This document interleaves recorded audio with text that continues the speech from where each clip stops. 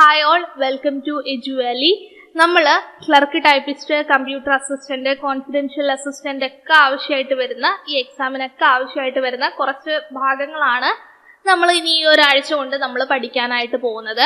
അപ്പോൾ ഇന്ന് ആ ഭാഗത്തിന്റെ ഇൻട്രൊഡക്ഷൻ ആണ്. ആ ടോപ്പിക് എന്ന് പറയുന്നത് ഏതാണ്? Number system. അതായത് നമ്പർ സിസ്റ്റം എന്നുള്ളത് വളരെ സിമ്പിൾ ആയിട്ട് നമുക്ക് തോന്നുന്നുണ്ടെങ്കിലും ഒരു മാർക്കിന് വരെ ചോദിക്കുന്നു. ഒരു മാർക്കാണ് ഏറ്റവും മിനിമം. അതായത് ക്വസ്റ്റ്യൻ വർക്കൗട്ട് എന്നുള്ള രീതിയിൽ ചോദിക്കുന്ന ഒരു ഭാഗമാണ് നമ്പർ സിസ്റ്റം എന്ന് പറയുന്നത്. വളരെ റെയർ ആണ്. അതുകൊണ്ട് തന്നെ പലരും പഠിക്കാതെ വിടുന്ന ഭാഗമാണ്. എപ്പോഴെങ്കിലും ചോദിക്കണതല്ലേ, വലിയ സീരിയസ് ഇല്ലല്ലോ എന്ന് പറഞ്ഞു വിടുന്ന ഭാഗമാണ്. പക്ഷെ അങ്ങനെ വന്നു കഴിഞ്ഞാൽ നമ്മൾ അറ്റൻഡ് ചെയ്യണമല്ലോ, എന്നാലല്ലേ നമുക്ക് ഒരു മാർക്ക് കിട്ടുള്ളൂ. അപ്പോൾ അതുകൊണ്ട് ഇനി നമ്മൾ ഈ ഒരാഴ്ച കൊണ്ട് നമ്മൾ പഠിക്കുന്നത് നമ്പർ സിസ്റ്റം എന്ന് പറയുന്ന ഭാഗമാണ്. സോ അതിനകത്ത് ഇന്ന് നമ്മൾ ക്ലാസ്സിൽ നോക്കുന്നത് ഇൻട്രൊഡക്ഷൻ ആണ്. എന്തൊക്കെ കാര്യങ്ങളാണ് ഇൻട്രൊഡക്ഷനിലുള്ളത് എന്നുള്ളത് നമുക്ക് നോക്കാം. ഏതൊക്കെയാണ്? ബൈനറി ഡിജിറ്റ് എന്താണ് എന്നുള്ള കാര്യങ്ങൾ പറയുന്നുണ്ടാവും. അതുപോലെ ഡിഫറെന്റ് കൈൻഡ് ഓഫ് നമ്പർ സിസ്റ്റത്തിനെ കുറിച്ചിട്ടുള്ള ഒരു ഇൻട്രൊഡക്ഷൻ പറയുന്നുണ്ട്.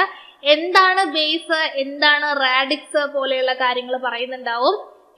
പിന്നെ അതുപോലെ തന്നെ നമുക്ക് ഏറ്റവും ത്രൂ ഔട്ട് ഈ ഒരാഴ്ച നമുക്ക് വേണ്ടതാണ് രണ്ടിന്റെ പവറുകൾ. അപ്പൊ അതെങ്ങനെയാണ് ഓർത്തിരിക്കേണ്ടത് എന്നുള്ള ടെക്നിക്കുകൾ പറഞ്ഞു തരുന്നുണ്ട്.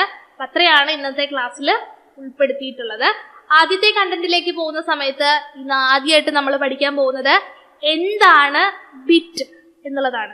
നമ്മൾ കമ്പ്യൂട്ടറിനകത്ത് കമ്പ്യൂട്ടർ എന്ന് പറയുന്ന ടോപ്പിക് ഓപ്പൺ ആകുമ്പോൾ തന്നെ പറയും ഇത്ര ബിറ്റ് എന്നുള്ള രീതിയിൽ പലയിടങ്ങളിലും ബിറ്റ് എന്ന് കേൾക്കാറുണ്ട്. സോ എന്താണ് ബിറ്റ് എന്ന് പറഞ്ഞു കഴിഞ്ഞാൽ ഇറ്റ് ഇസ് എ അക്രനെയിം. എന്തിന്റെ അക്രനെയിമാണ്? ബൈനറി ഡിജിറ്റ് എന്നുള്ളതിന്റെ അക്രനെയിമാണ് ബിറ്റ്. ബൈനറി ഡിജിറ്റ് എന്നുള്ളതിനെ നമ്മൾ ഷോർട്ടാക്കി വായിക്കുന്നതാണ് എന്ത്? ബിറ്റ്. ഇനി എന്താണ് ബിറ്റ് എന്ന് ചോദിച്ചു കഴിഞ്ഞാൽ it is the smallest memory unit of A computer. ഒരു കമ്പ്യൂട്ടറിന്റെ ഏറ്റവും ചെറിയ മെമ്മറിയാണ് എന്ത്? പ്രോസസ്. ഒരു കമ്പ്യൂട്ടറിനെ പ്രോസസ്സ് ചെയ്യാൻ കഴിയുന്ന ഏറ്റവും ചെറിയ മെമ്മറിയാണ് ബിറ്റ് എന്ന് പറയുന്നത്. ആരാണ് ഈ പദം ആദ്യമായിട്ട് ഉപയോഗിച്ചത്? ക്ലൗഡ് ഇ ഷാനൻ ആണ് ആദ്യമായിട്ട് ഈ പദം ഉപയോഗിച്ചത്. ബിറ്റ് എന്ന പദം ആദ്യമായിട്ട് ഉപയോഗിച്ചത് ക്ലൗഡ് ഇ ഷാനൻ ആണ് എന്നുള്ളത് ഓർക്കുക. ഒരു കമ്പ്യൂട്ടറിനെ പ്രോസസ്സ് ചെയ്യാൻ കഴിയുന്ന ദി സ്മോളസ്റ്റ് മെമ്മറി യൂണിറ്റ് ആണ് ബിറ്റ്. ഇതെല്ലാം ഓരോ ഡെഫിനിഷൻസ് ആണ് ഈ പറയുന്നത്. അതുപോലെ തന്നെ it is the amount of memory that indicate the capacity of A computer. ഇത് മൂന്നും എന്താണ്? ഈ 3 പോയിന്റും ബിറ്റ് എന്ന് പറയുന്നതിന്റെ ഡെഫിനിഷൻ ആയിട്ട് പറയുന്നതാണ്.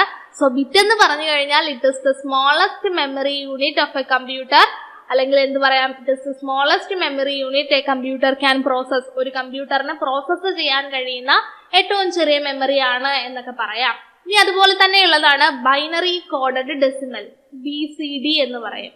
എന്താണ് ബൈനറി കോഡഡ് ഡെസിമൽ എന്ന് പറഞ്ഞു കഴിഞ്ഞാൽ അതൊരു കൺവേർട്ടിംഗ് സിസ്റ്റം ആണ്, അല്ലെങ്കിൽ എന്താണ്? ഡാറ്റ റെപ്രസെന്റേഷൻ കോഡാണെന്ന് പറയാം. അപ്പൊ എന്താ ഇവിടെ ചെയ്യണേന്ന് വെച്ച് കഴിഞ്ഞാൽ നമ്മളുടെ ഡെസിമൽ സിസ്റ്റത്തിനകത്തുള്ള ഓരോ ഡിജിറ്റിനെയും കറസ്പോണ്ടിങ് ബൈനറി നമ്പറിലേക്ക് ആക്കി മാറ്റുന്ന ഒരു കൺവേർട്ടിങ്ങിനെയാണ് നമ്മൾ ബൈനറി കോഡഡ് ഡെസിമൽ എന്ന് പറയുക. It is the coding system for converting every digit of A decimal system. ഒരു ഡെസിമൽ സിസ്റ്റത്തിനകത്തെ ഓരോ ഡിജിറ്റിനെയും എന്താക്കി മാറ്റാണ്? ബൈനറി നമ്പർ ആക്കി മാറ്റാണ്. അപ്പൊ അങ്ങനെയുള്ളതിനെയാണ് നമ്മൾ എന്തെന്ന് പറയാ? Binary coded decimal. Clear? BCD എന്നാണ് അതിനെ ഷോർട്ട് ആക്കിയിട്ട് നമ്മൾ പറയുന്നത്. അപ്പൊ ബിറ്റ് എന്ന് പറഞ്ഞാൽ എന്താണ്, BCD എന്താണ് എന്നാണ് നമ്മൾ ആദ്യമായിട്ട് ഈ ഒരു ഭാഗത്ത് നിന്ന് പഠിക്കുന്നത്. ഇനി എന്താണ് നമ്പർ സിസ്റ്റം നമുക്കറിയണം. നമ്പർ സിസ്റ്റം എന്ന് പറഞ്ഞു കഴിഞ്ഞാൽ ഒരു മാത്തമാറ്റിക്കൽ നൊട്ടേഷൻ ആണ്, റെപ്രസെന്റേഷൻ ആണ്. ഡിജിറ്റോ സിംബൽസോ ഒക്കെ ഉപയോഗിച്ചിട്ട് ഒരു കണ്ടിന്യൂസ് ആൻഡ് കൺസിസ്റ്റന്റ് വേയിലുള്ള ഒരു റെപ്രസെന്റേഷനെയാണ് നമ്മൾ ഒരു നമ്പർ സിസ്റ്റം എന്നുള്ളത് കൊണ്ട് ഉദ്ദേശിക്കുന്നത്. വിവിധ തരത്തിലുള്ള നമ്പർ സിസ്റ്റം നമ്മൾ ഉപയോഗിച്ചുകൊണ്ടിരിക്കുന്ന different kind of number system എന്ന് പറയുന്നത് ഏതൊക്കെയാണ്? Binary, octal, decimal, hexadecimal. ഇത്രയാണ്. ഓക്കെ. ഇനി ബൈനറി എന്ന് പറയുന്നത് കമ്പ്യൂട്ടറിന് മനസ്സിലാകുന്ന ഭാഷയാണ്. ഡെസിമൽ മനുഷ്യൻ ഉപയോഗിക്കുന്ന ആ ഒരു നമ്പർ സിസ്റ്റം ആണ് ഡെസിമൽ. ഇനി കമ്പ്യൂട്ടറിനകത്ത് ഉപയോഗിക്കുന്നത് ഇതെല്ലാം ഉപയോഗിക്കും, പക്ഷെ കമ്പ്യൂട്ടറിന് ആകെ ബൈനറി മാത്രമാണ് മനസ്സിലാവുള്ളൂ. അപ്പോ ഒക്ടൽ നമ്പർ സിസ്റ്റം വന്നാലും ഡെസിമൽ വന്നാലും ഹെക്സാഡെസിമൽ നമ്പർ സിസ്റ്റം വന്നാലും ബൈനറി നമ്പർ സിസ്റ്റത്തിലേക്ക് കൺവേർട്ട് ചെയ്തെങ്കിൽ മാത്രമേ ആർക്ക് മനസ്സിലാവത്തുള്ളൂ? കമ്പ്യൂട്ടറിന് മനസ്സിലാവുള്ളൂ. അപ്പൊ ഇതെല്ലാം നമ്മൾ കമ്പ്യൂട്ടറിനകത്ത് ഉപയോഗിക്കുന്നതാണ്. അതിനകത്ത് മനുഷ്യൻ നമ്മൾ റിയൽ ലൈഫിൽ ഉപയോഗിക്കുന്നത് ഡെസിമൽ നമ്പർ സിസ്റ്റം ആണ്. നമ്മൾ 1 2 3 4 എണ്ണി പോകുന്നത് അതാണ് ഡെസിമൽ നമ്പർ സിസ്റ്റം. ബാക്കി വരുന്ന എല്ലാ നമ്പർ സിസ്റ്റവും ഇനി ഇവിടെ എഴുതിയിട്ടുള്ള എല്ലാ നമ്പർ സിസ്റ്റവും കമ്പ്യൂട്ടറിനകത്ത് ഉപയോഗിക്കുന്നുണ്ട്. ബൈനറി ഒഴികെ ഏത് നമ്പർ സിസ്റ്റം ഉപയോഗിച്ചാലും അതിനെ കറസ്പോണ്ടിങ് ബൈനറിയിലേക്ക് ആക്കിയതിനു ശേഷം മാത്രമാണ് ഉപയോഗിക്കാൻ പറ്റുള്ളൂ. കാരണം എന്താ, കമ്പ്യൂട്ടറിന് ബൈനറി മാത്രമാണ് മനസ്സിലാവുള്ളൂ. ഓക്കെ, അപ്പൊ അത് ഓർക്കുക. ഒക്ടൽ വന്നാലും ബൈനറി ആക്കണം, ഡെസിമൽ വന്നാലും ബൈനറി ആക്കണം, ഹെക്സാഡെസിമൽ വന്നാലും ബൈനറി ആക്കണം, എന്നാലാണ് കമ്പ്യൂട്ടറിന് മനസ്സിലാവത്തുള്ളൂ. ഓക്കെ, ഇനി എന്താണ് ബേസ് അല്ലെങ്കിൽ റാഡിക്സ് എന്നുള്ളത് പഠിക്കണം. ബേസ് എന്ന് പറയുന്നതിന്റെ വേറൊരു പേരാണ് റാഡിക്സ്. ചില ക്വസ്റ്റ്യൻ പേപ്പറിൽ അങ്ങനെ കാണുന്നത് കൊണ്ടാണ് അത് എടുത്ത് പറഞ്ഞേക്കുന്നത് കേട്ടോ. സോ ഒരു ബേസ് എന്ന് പറഞ്ഞു കഴിഞ്ഞാൽ ഒരു നമ്പർ സിസ്റ്റത്തിനകത്ത് ഉപയോഗിച്ചിട്ടുള്ള ടോട്ടൽ നമ്പർ ഓഫ് ഡിജിറ്റിനെയാണ് അതിന്റെ ബേസ് എന്ന് പറയുന്നത്. ഒരു നമ്പർ സിസ്റ്റത്തിനകത്ത് ഉപയോഗിച്ചിട്ടുള്ള ടോട്ടൽ നമ്പർ ഓഫ് ഡിജിറ്റിനെയാണ് അതിനെ ബേസ് അല്ലെങ്കിൽ റാഡിക്സ് എന്ന് പറയുന്നത്. ബൈനറി നമ്പർ സിസ്റ്റത്തിനകത്ത് മൊത്തം എത്ര ഡിജിറ്റ് ഉണ്ട്? 2 ഡിജിറ്റ് ഉണ്ട്. സോ ബൈനറി നമ്പർ സിസ്റ്റത്തിന്റെ ബേസ് എന്ന് പറയുന്നത് 2 ആണ്. ഒക്ടൽ നമ്പർ സിസ്റ്റത്തിനകത്ത് മൊത്തം എത്ര ഡിജിറ്റ് ഉണ്ട്? 8 ഡിജിറ്റ് ഉണ്ട്. സോ ഒക്ടൽ നമ്പർ സിസ്റ്റത്തിന്റെ എന്താണ് ബേസ് എന്ന് പറയുന്നത് 8 ആണ്. ഡെസിമൽ നമ്പർ സിസ്റ്റത്തിനകത്ത് 10 ഡിജിറ്റുകൾ മൊത്തം ഉണ്ട്. സോ ഡെസിമലിന്റെ ബേസ് എന്താണ്? 10 ആണ്. ഹെക്സാഡെസിമൽ നമ്പർ സിസ്റ്റത്തിനകത്ത് 0 മുതൽ 9 വരെയുള്ള 10 ഡിജിറ്റുകളും ഉണ്ട്. അതുപോലെ തന്നെ A മുതൽ F വരെ 6 അക്ഷരങ്ങളും ഉണ്ട്. സോ 10 + 6 എത്രയാണ്? 16. അപ്പൊ ടോട്ടൽ നമ്പർ ഓഫ് ഡിജിറ്റ് എത്ര എണ്ണം ഉണ്ട്? 16 എണ്ണം ഉണ്ട്. അപ്പൊ ഹെക്സാഡെസിമലിന്റെ ബേസ് വരുന്നത് 16 ആണ്. ഇനി ഒന്ന് ഓർക്കേണ്ട കാര്യം, നമ്മൾ കമ്പ്യൂട്ടറിനകത്ത് എണ്ണി തുടങ്ങുന്നത് 0-ൽ നിന്നാണ്, 1-ൽ നിന്നല്ല. അപ്പോൾ കമ്പ്യൂട്ടറിന്റെ എന്ത് കാര്യം പറയുകയാണെങ്കിൽ നമ്മൾ എണ്ണി തുടങ്ങുന്നത് 0-ൽ നിന്നാണ് എന്നുള്ളത് ഓർക്കുക. ഓക്കെ, ഇനി ഇതൊരു ഇക്വേഷൻ ആണ്.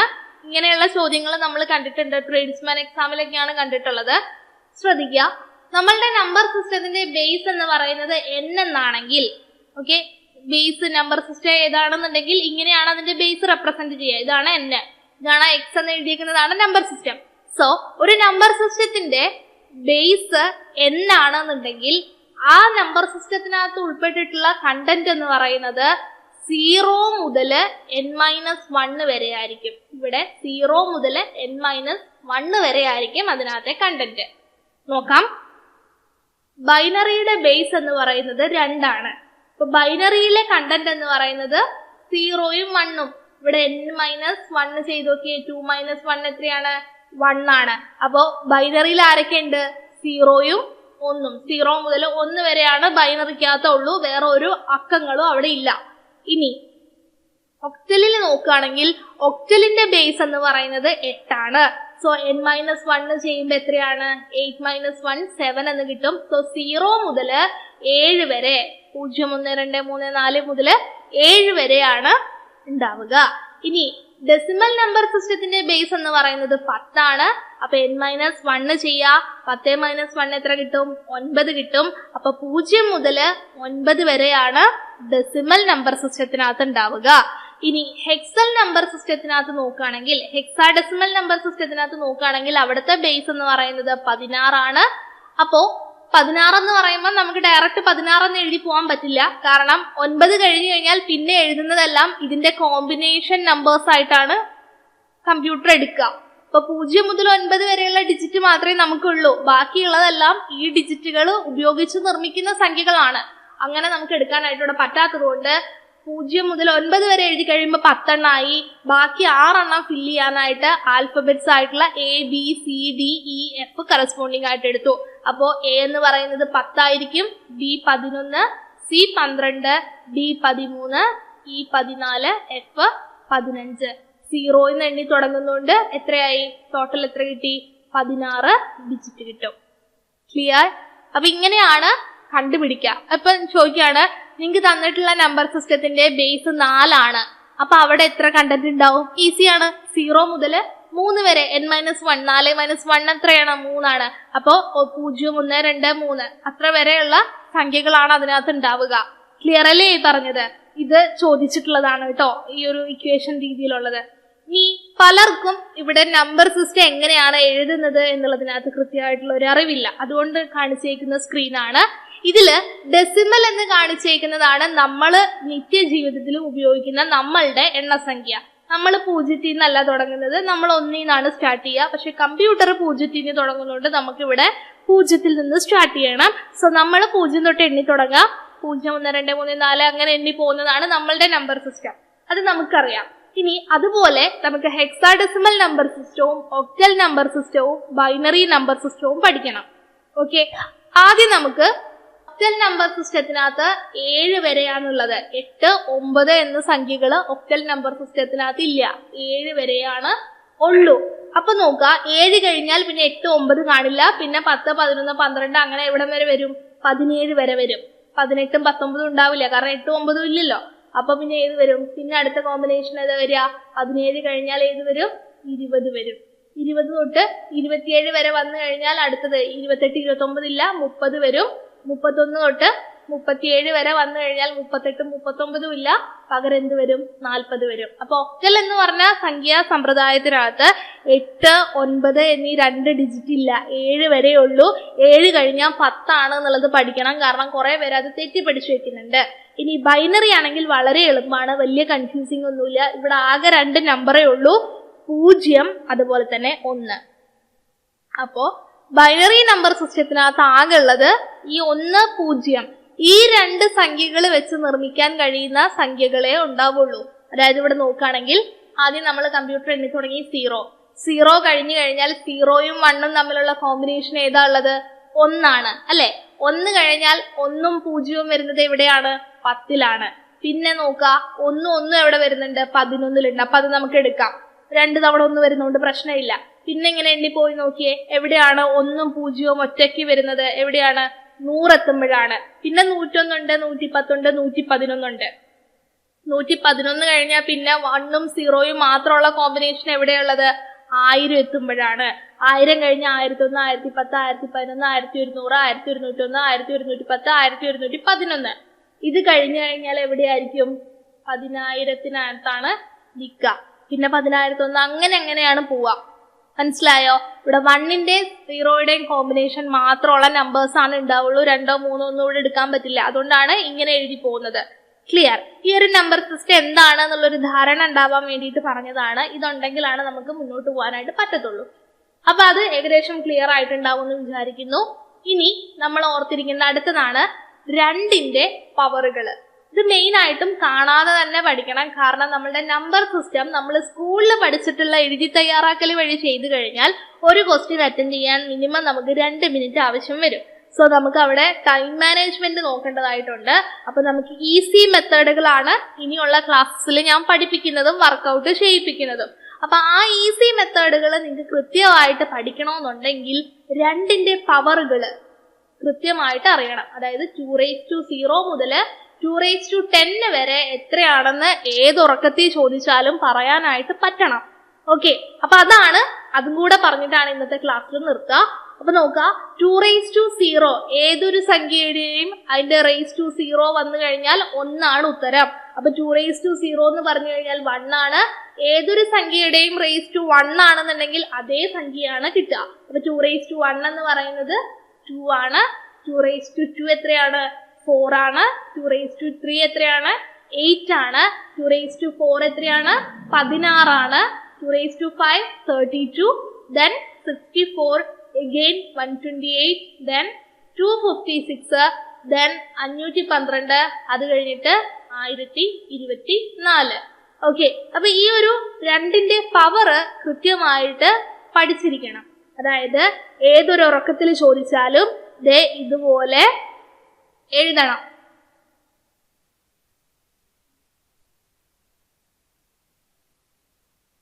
ഇങ്ങനെ പഠിച്ചു വെക്കണം ഈ ഒരു വാല്യൂ. അതായത് ഇത് 2⁻0 ആണ്, ഇത് 2⁻10 ആണ്. ഈ ഒരു വാല്യൂ തെറ്റാതെ എഴുതാനായിട്ട് പഠിക്കണം കേട്ടോ. അത് കൃത്യമായിട്ട് ഓർക്കുക. ഇത് പഠിച്ചിട്ട് വേണം നാളത്തെ ക്ലാസ്സിനകത്ത് എത്താനായിട്ട്. എന്നാലാണ് നാളെ പറയുന്ന കാര്യങ്ങളൊക്കെ കൃത്യമായിട്ട് മനസ്സിലാവുള്ളൂ. അപ്പൊ നമ്മൾ ഇന്ന് നമ്പർ സിസ്റ്റം എന്താണ് ബേസ്, എന്താണ് ബൈനറി ഡിജിറ്റ്, എന്താണ് റാഡിക്സ്, പിന്നെ അതുപോലെ തന്നെ എങ്ങനെയാണ് ഒരു നമ്പർ സിസ്റ്റം വായിക്കുന്നത്, അതുപോലെ തന്നെ 2ന്റെ പവർ, ഇത്രയാണ് പഠിച്ചേക്കുന്നത്. ഇതൊരു ക്ലാസ് ആണ്, നമ്മളുടെ പെയ്ഡ് ക്ലാസ്സിനകത്ത് ഉൾപ്പെടുന്ന ഒരു ക്ലാസ് ആണ്. നമ്മളിത് പബ്ലിക്ലി അവൈലബിൾ ആക്കുന്നതാണ്. അപ്പൊ ഞാൻ ക്ലാസ് എടുക്കുന്ന അതേ ഒരു രീതിയിൽ തന്നെയാണ് എടുത്തേക്കുന്നത്, ഒരു മാറ്റവും ഇല്ല. ഇങ്ങനെയൊക്കെ തന്നെയാണ് എല്ലാ ക്ലാസ്സുകളും എടുക്കുന്നത്. അപ്പൊ ഇത് അതിന്റെ ഫസ്റ്റ് സ്റ്റെപ്പാണ്. ഒറ്റ വീഡിയോയിൽ പറയുകയാണെങ്കിൽ നമ്പർ സിസ്റ്റം പഠിക്കാൻ നമുക്ക് 1.5 മണിക്കൂർ ആവശ്യമുണ്ട്. 1.5 മണിക്കൂർ ആരും വീഡിയോ ഇരുന്ന് കാണാനായിട്ട് പോകുന്നില്ല, ബോറടിക്കും, പ്രത്യേകിച്ച് മാത്സ് ആണ്. സോ നമുക്ക് ഇന്ന് ജസ്റ്റ് ഒന്ന് കിക്ക് ഓഫ് ചെയ്യാം, ജസ്റ്റ് ഒന്ന് സ്റ്റാർട്ട് ചെയ്യാം. അടുത്ത ക്ലാസ്സിൽ നമുക്ക് എന്ത് പഠിക്കാം? കൺവേർഷൻസ് തുടങ്ങാം. കൺവേർഷൻസ് തുടങ്ങി കഴിയുമ്പോൾ ഇതുപോലെ നമ്പർ സിസ്റ്റത്തിനകത്ത് ഈ പവർ കൃത്യമായിട്ട് പഠിച്ചു വെക്കണം. കുറെയൊക്കെ ബൈ ഹാർട്ട് ചെയ്യേണ്ടതായിട്ടുണ്ട്. ഈസി മെത്തേഡ് വരുമ്പോഴത്തേക്കും പവർ ഓഫ് 2 എന്നുള്ളത് 2ന്റെ പവറുകൾ കൃത്യമായിട്ട് അറിഞ്ഞിരിക്കണം. സോ എന്തെങ്കിലും ഡൗട്ടുകൾ ഇന്ന് പറഞ്ഞതിനകത്ത് ഉണ്ടെന്നുണ്ടെങ്കിൽ ചോദിക്കുക. ഇന്ന് വലിയ ഡൗട്ട് വരാൻ സാധ്യതയില്ല. നമ്മൾ ജസ്റ്റ് ഇതിന്റെ പാർട്ട് 1 ആണ്. ഏകദേശം ഒരു 4 ഭാഗങ്ങളുണ്ട്. ഈ ഒരാഴ്ച നമ്പർ സിസ്റ്റം ആണ്. ഈ ഒരാഴ്ച കഴിയുമ്പോഴത്തേക്കും ഈ ഒരു നമ്പർ സിസ്റ്റം എന്ന് പറയുന്ന ടോപ്പിക്ക് നിങ്ങൾ പക്ക ക്ലിയർ ആയിട്ടുണ്ടാവും. ഇല്ലെങ്കിൽ പറ. ഓക്കെ, അപ്പൊ എന്തെങ്കിലും ഡൗട്ടോ കാര്യങ്ങളോ ഒക്കെ ഉണ്ടെന്നുണ്ടെങ്കിൽ ചോദിക്കുക. Wish you all the best. Fine, thank you.